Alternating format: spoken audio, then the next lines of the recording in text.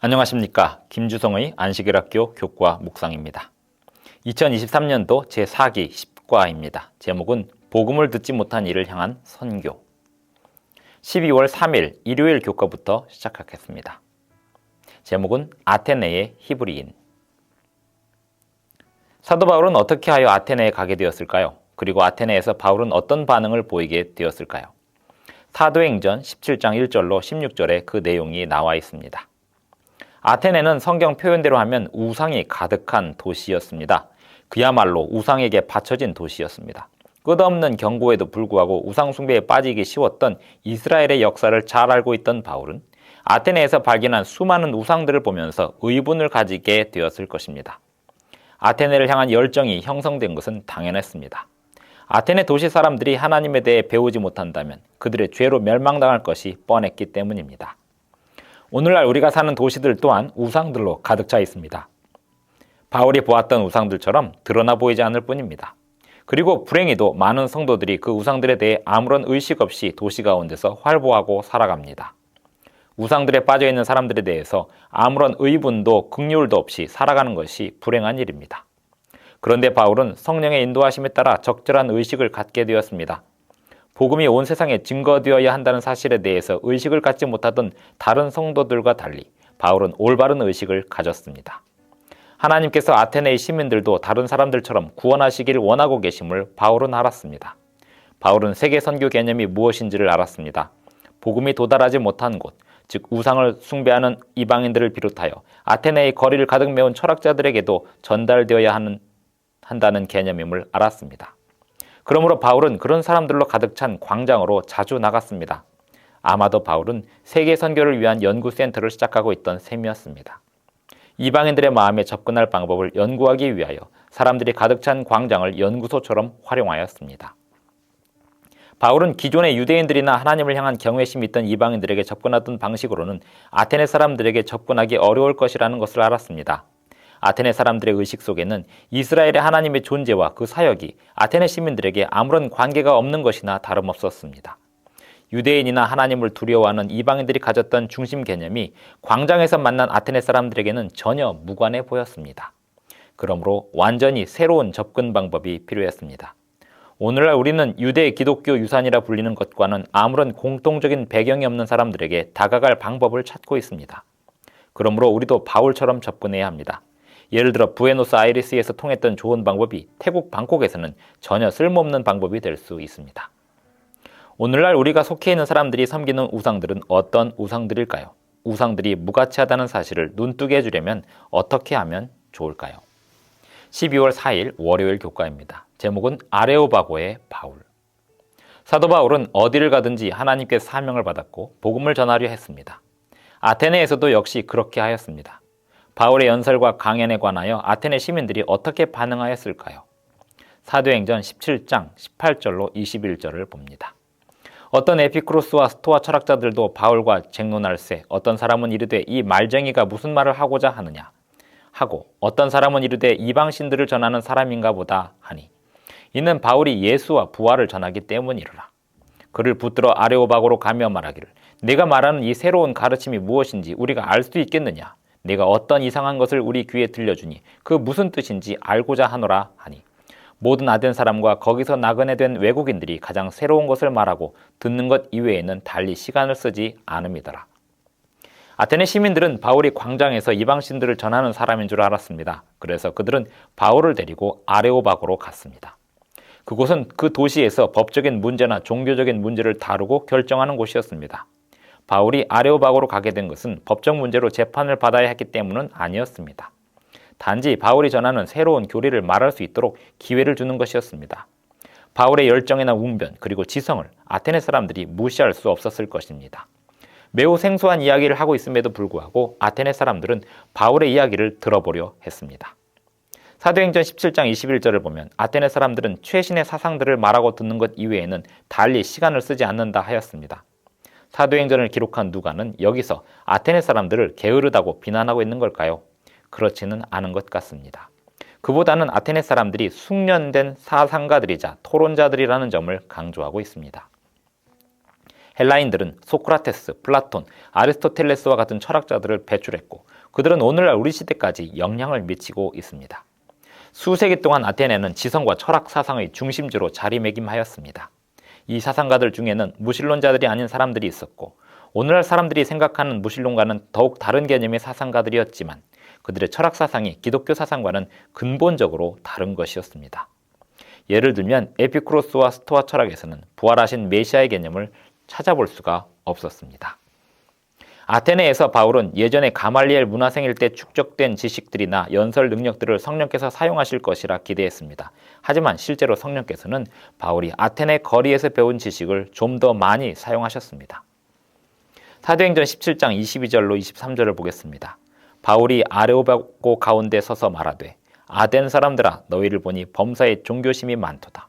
내가 두루 다니며 너희가 위하는 것들을 보다가 알지 못하는 신에게라고 새긴 단도 보았으니 그런즉 너희가 알지 못하고 위하는 그것을 내가 너희에게 알게 하리라.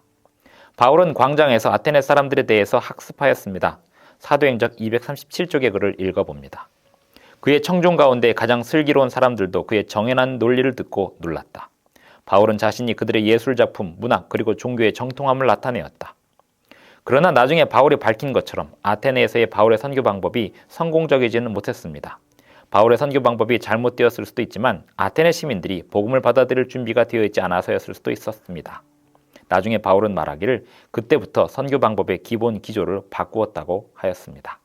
12월 5일 화요일 교과입니다. 제목은 바울 그리고 알지 못하는 신. 바울이 이방 종교나 아테네의 신들에게 대하여 폄하하지 않았다는 사실을 주목해야 합니다. 바울은 자기가 찾아낼 수 있는 긍정적인 지점을 찾아내어 그 지점들을 활용했습니다. 사도행전 17장 22, 23절을 보면서 바울이 복음을 증거하기 위해서 어떤 접근을 시도하고 있는지 생각해 봅니다. 바울이 아레오바고 가운데 서서 말하되 아덴 사람들아 너희를 보니 범사에 종교심이 많도다. 내가 두루 다니며 너희가 위하는 것들을 보다가 알지 못하는 신에게라고 새긴 단도 보았으니 그런즉 너희가 알지 못하고 위하는 그것을 내가 너희에게 알게 하리라. 아테네 사람들아 너희를 보니 범사에 종교심이 많도다. 바울은 긍정적인 면을 보았습니다. 모든 면에서 아테네 사람들의 종교는 잘못되었지만 그래도 그들의 헌신은 긍정적으로 보았습니다. 바울은 말하기를 내가 두루 다니며 너희가 위하는 것들을 보았다고 합니다. 아테네 사람들의 종교에 대해서 관찰한 것을 말하면서 바울은 그 사람들에 대하여 존중하는 태도를 취하고 있습니다. 바울은 아테네 사람들에게 필요한 변화에 대한 모든 답을 다 아는 자칭 전문가처럼 돌진하지 않았습니다. 사실 바울은 전문가였고 사람들에게 필요한 변화가 무엇인지에 대한 답을 가지고 있었습니다. 하지만 바울은 자신을 그런 식으로 드러내지 않았습니다. 그렇게 했다면 완전히 거부당했을 것입니다. 대신에 바울은 사람들에 대하여 관심을 보이고 그들의 좋은 점을 바라보는 사람으로서 시민들에게 다가갔습니다. 알지 못하는 신에게 라고 새긴 단에 대해서 언급하면서 바울은 그들과 자신 사이의 상호 접촉점을 찾고 공통된 부분을 찾으려 했습니다. 아테네 사람들은 신을 실제로 믿었고 많이 믿었습니다. 당시에 신을 믿지 않는 사람들과 달랐기에 바울은 그들과 더 깊은 대화를 시작할 큰 지점을 찾았습니다.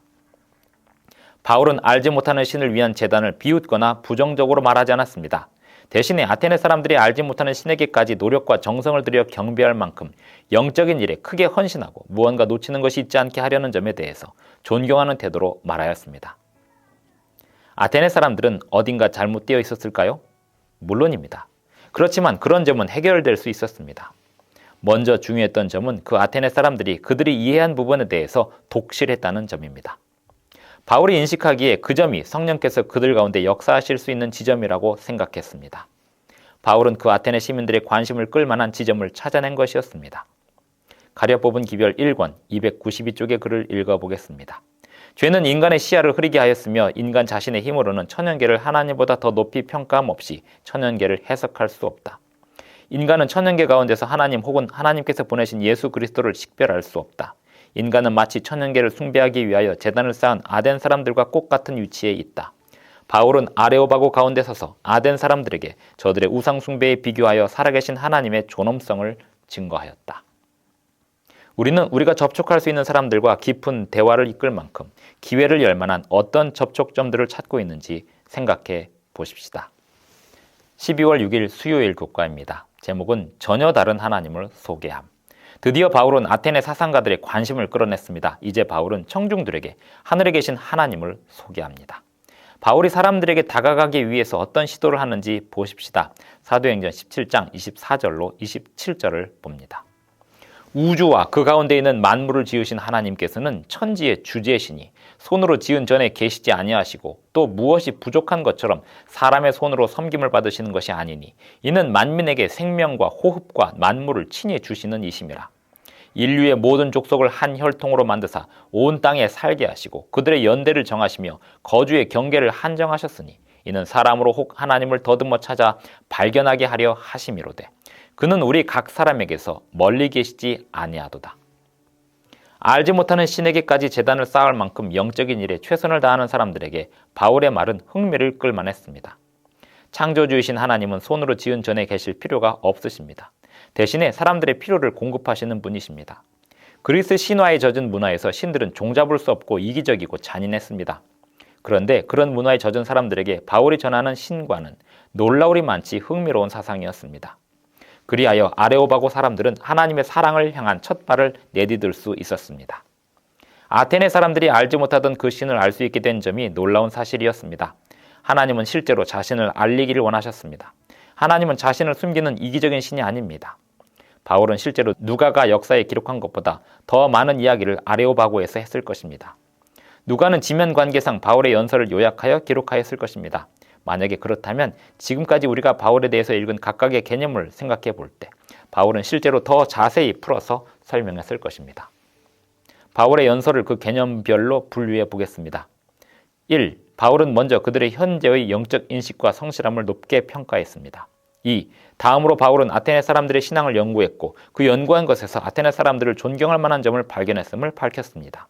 3. 바울이 아테네 사람들의 종교를 연구하면서 그들이 알지 못한다고 인식하는 특별한 것에 대해서 이야기를 시작했습니다.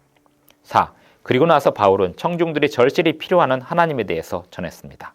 하나님이 살아계시는데 사람들을 사랑하시고 사람들로부터 멀리 계시지 않으시는 분이심을 전했습니다. 5. 마침내 바울은 연설의 끝부분에서 그들이 알지 못하던 하나님에 관한 지식을 거부하는 것이 무엇을 의미하는지 경고하였습니다. 바울은 아테네 사람들이 믿는 바에 대해서 아는 것을 토대로 하여 할 수 있는 한 최선을 다해 사람들을 이끌었습니다. 그 정도까지 이끌 수 있었으니 바울은 그래도 많은 성과를 거둔 것이나 다름없습니다.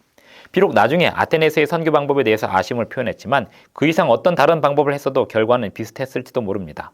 바울이 나중에 표현한 아쉬움의 의미는 사람들을 이끌 방법보다 그리스도의 십자가를 전하는 일에 더욱 큰 관심을 가져야 한다는 뜻이었습니다. 바울은 아테네 사람들에게 창조주 하나님을 분명하게 전하였습니다. 12월 7일 목요일 교과입니다. 제목은 반응이 엇갈리는 지점. 바울은 그의 증거를 어떻게 이어갔는지 사도행전 17장 24절로 34절을 읽어보시기 바랍니다. 바울이 아테네 사람들에게 그 도시 출신 철학자의 말을 인용하는 것은 매우 흥미롭습니다. 그 도시 출신의 철학자가 했던 말 중에 성경 진리에 매우 근접한 말이 있었습니다.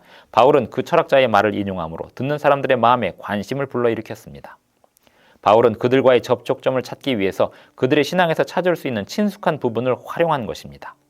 사람들에게 다가가기 위해서 접촉점을 찾을 때 사람들의 신앙에서 친숙한 부분을 찾고 공통점을 찾는 것은 매우 효과적입니다.